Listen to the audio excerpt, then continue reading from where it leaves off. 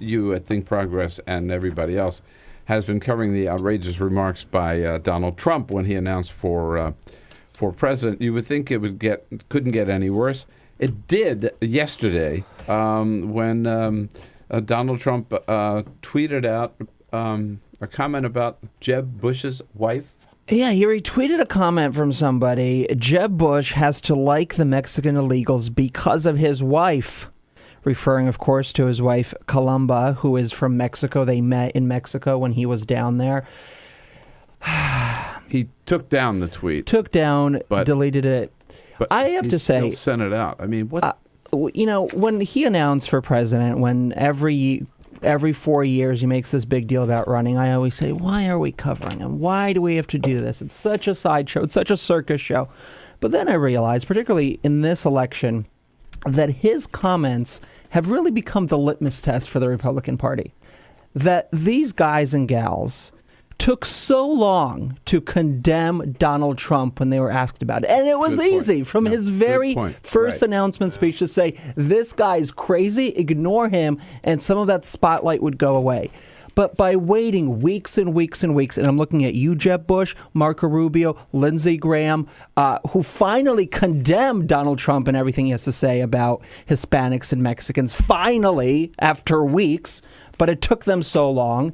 And it really speaks to the fact that they're afraid of alienating parts of the Republican base, that parts of the base believe what Donald Trump says, that it resonates with them. And they're so scared because there's no clear front runner.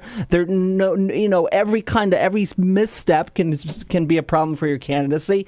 They don't have the spine, the leadership, the moral authority to say this is garbage. And even if I lose, I'm not going to win like this. It's taken them this long. It's become a large issue, and it's all their fault that Donald Trump is relevant. Amen, amen, brother. I just pulled up on the screen here my column in The Hill newspaper today. It's time to dump Trump. And I make the point that, when he made these comments, immediately the corporate community responded negatively, strongly, took decisive action.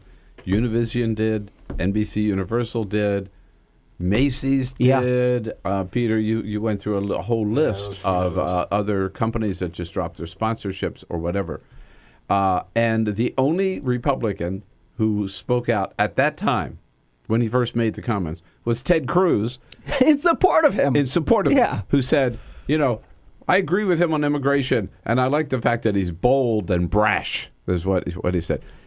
It was 2 weeks later, not until this past weekend, 2 weeks later, we hadn't heard from any of the Republicans, and then suddenly they all started saying, for the reasons that you pointed out, maybe we'd better say something. So then you had Jeb and Marco Rubio and Rick Perry and Rick Santorum, all saying, well, he doesn't speak for us, and we don't agree with him on all kinds. We wouldn't necessarily put it that way. The official Republican Party, this is the point I make in my column, and I did on the show yesterday.